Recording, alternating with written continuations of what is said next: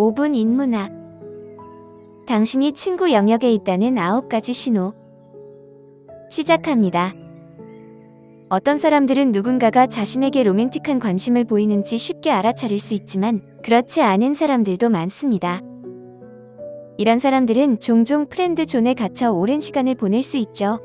이들은 흔히 좋은 사람 또는 착한 여자로 불리게 되며 안타깝게도 많은 남녀가 자신에게 로맨틱한 관심이 없는 사람을 쫓아다니며 고통스러운 경험을 하곤 합니다. 이런 상황에서 자신이 충분하지 않다고 느끼거나 정말 좋아하는 사람과 친구 이상의 관계로 발전할 수 없다는 생각에 좌절감을 느끼게 됩니다. 그렇다면 어떻게 자신이 프렌드 존에 있는지 알 수 있을까요? 지금부터 당신이 친구 영역에 있다는 9가지 신호를 알려드리겠습니다. 첫 번째, 여러분을 귀엽다 또는 사랑스럽다라고 부릅니다. 만약 여러분이 좋아하는 사람이 마치 강아지에게 말하듯이 여러분에게 귀엽다거나 사랑스럽다라고 말한다면 그들은 여러분에게 로맨틱한 관심을 가지고 있지 않을 가능성이 큽니다. 아무리 잘 차려입고 매력적으로 보여도 그들은 여러분을 귀엽다고만 표현합니다. 특히 그들이 다른 사람을 섹시하다거나 매력적이다라고 표현하는 것을 들을 때 이는 그들이 여러분을 그렇게 보지 않는다는 신호입니다. 그들이 여러분을 사랑스럽다라고 부를 때마다 마음 깊은 곳에서 찌릿한 감정을 느낄 수도 있습니다. 이런 경험이 있다면 프렌드 존에 갇혀 있을 가능성이 큽니다. 두 번째, 여러분의 우정을 칭찬합니다. 프렌드 존에 있는지 알 수 있는 명백한 방법 중 하나는 상대방이 친구라는 단어를 사용할 때입니다. 만약 여러분의 짝이 다른 사람에게 여러분을 소개하거나 이야기할 때 명시적으로 친구라고 언급한다면 그들은 여러분을 친구로 생각하고 있는 겁니다. 그들이 직접적으로 너는 정말 좋은 친구야 라고 말한다면 이는 여러분이 프렌드 존에 있다는 것을 간접적으로 알려주는 신호이죠. 이런 일이 발생하기 시작하면 여러분은 그 우정에 만족할지 아니면 더 나아갈 방법을 찾을지 결정해야 합니다. 세 번째, 여러분과 단둘이 공공장소에서 함께 있는 것을 꺼립니다. 남자와 여자가 함께 밖에 나가면 다른 사람들은 그들이 데이트 중이라고 생각하는 경우가 많습니다. 만약 여러분이 누군가와 식사를 하거나 영화를 보러 간다면 주변 사람들은 여러분이 데이트 중이라고 생각할 것이고 여러분의 관심 대상도 그 사실을 알고 있을 것입니다. 그런데 만약 그들이 여러분과 단둘이 밖에 나가는 것을 꺼리고 주로 집에서 시간을 보내고 싶어 한다면 이는 그들이 사람들이 오해하는 것을 피하려는 것일 수 있습니다. 이런 경우 실제 데이트를 제안해 보세요. 만약 그들이 주저하거나 변명을 한다면 이는 그들이 친구 이상이 되기를 원하지 않는다는 신호입니다. 네 번째, 그들은 한 번도 먼저 다가온 적이 없습니다. 프렌드 존에 있다고 느끼신다면 상대방의 행동을 주의 깊게 살펴보세요. 그들이 여러분에게 로맨틱한 관심을 보이는 것 같나요? 만약 그들이 한 번도 먼저 다가온 적이 없다면 그들이 단순히 수줍어서 그런 것일 수도 있지만 실제로는 여러분에게 로맨틱한 관심이 없을 가능성이 큽니다. 그들은 우정의 경계를 넘어서 혼란을 줄 수 있는 상황을 피하려고 하는 것입니다. 여러분이 누구와 데이트하고 싶다고 해서 상대방도 여러분과 데이트하고 싶어 하는 것은 아닐 수 있습니다. 이런 경우 그들의 행동을 잘 관찰하고 그들이 여러분에게 보내는 신호를 명확히 이해하는 것이 중요합니다. 다섯 번째, 그들은 노력을 하지 않습니다.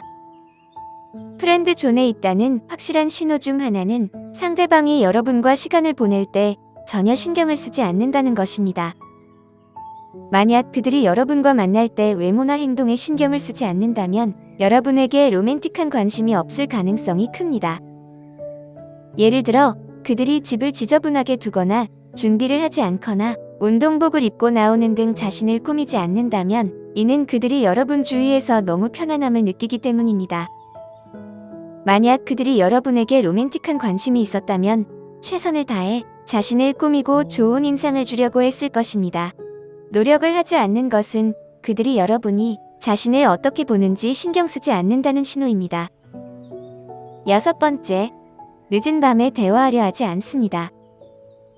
여러분의 짝이 저녁 늦게나 밤에 여러분의 메시지를 무시하거나 연락을 시도할 때마다 변명을 한다면 이는 그들이 여러분에게 로맨틱한 관심이 없다는 신호입니다. 그들은 계획이 있다거나 피곤하다고 말할 수 있습니다. 밤이 되었을 때 그들이 절대 시간을 내주지 않는다면 여러분은 그들에게 그냥 친구일 가능성이 큽니다. 만약 여러분이 그들의 짝사랑 상대라면 그들은 여러분에게 메시지를 우선적으로 답장했을 것이고, 만약 전화를 받지 못하거나 메시지를 놓쳤다면 좋은 이유를 대며 나중에 대화를 이어갔을 것입니다. 이는 그들이 여러분과의 대화를 중요하게 생각한다는 것을 의미합니다. 그러나 그렇지 않다면 여러분은 프렌드 존에 있을 가능성이 높습니다. 7번째, 그들은 그들의 짝사랑 상대에 대해 이야기를 합니다. 누군가에게 로맨틱한 관심이 있다면 그 사람에게 다른 짝사랑 상대에 대해 이야기하지 않을 것입니다. 다른 사람이 매력적이라고 생각한다면 좋아하는 사람 앞에서 그 이야기를 꺼내는 것은 매우 부적절합니다. 이는 그 관계를 망치고 싶지 않기 때문입니다. 따라서 만약 여러분의 짝이 자신이 좋아하는 사람에 대해 공개적으로 이야기한다면 이는 여러분이 프렌드 존에 있다는 확실한 신호입니다. 8번째, 여러분은 그들에게 의지가 되는 사람입니다. 여러분의 짝이 여러분을 가장 친한 친구처럼 대한다면 이는 여러분이 그들의 의지적 사람임을 의미합니다.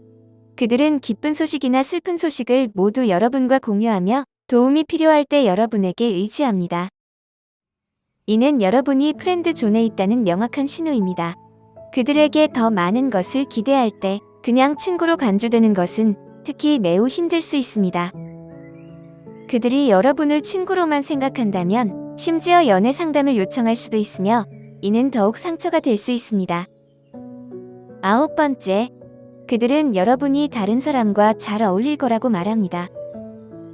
여러분의 짝이 여러분을 다른 사람과 이어주려고 한다면 이는 그들이 여러분과 데이트할 의사가 없다는 것을 의미합니다.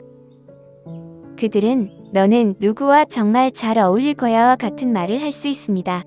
그들이 여러분을 다른 사람과 함께 있기를 원한다면 그들이 여러분에게 느끼는 감정이 여러분이 그들에게 느끼는 감정과 다르다는 것이 명백합니다. 이는 여러분이 프렌드 존에 갇혀 있으며 아마도 벗어나기 힘들다는 것을 의미합니다. 이는 그들이 여러분에게 앞으로 나아가라고 말하는 미묘한 방식입니다. 나에게 관심이 없는 사람에게 반하는 것은 흔한 일입니다. 하지만 이는 비극적이고 불쾌할 수 있으며 다루기 어려운 복잡한 감정을 유발합니다. 그냥 친구라는 꼬리표를 달게 되면 상황이 바뀌는 것은 거의 불가능합니다. 그 시점에서 여러분의 짝이 여러분을 친구 이상의 존재로 보는 것은 이미 너무 늦습니다.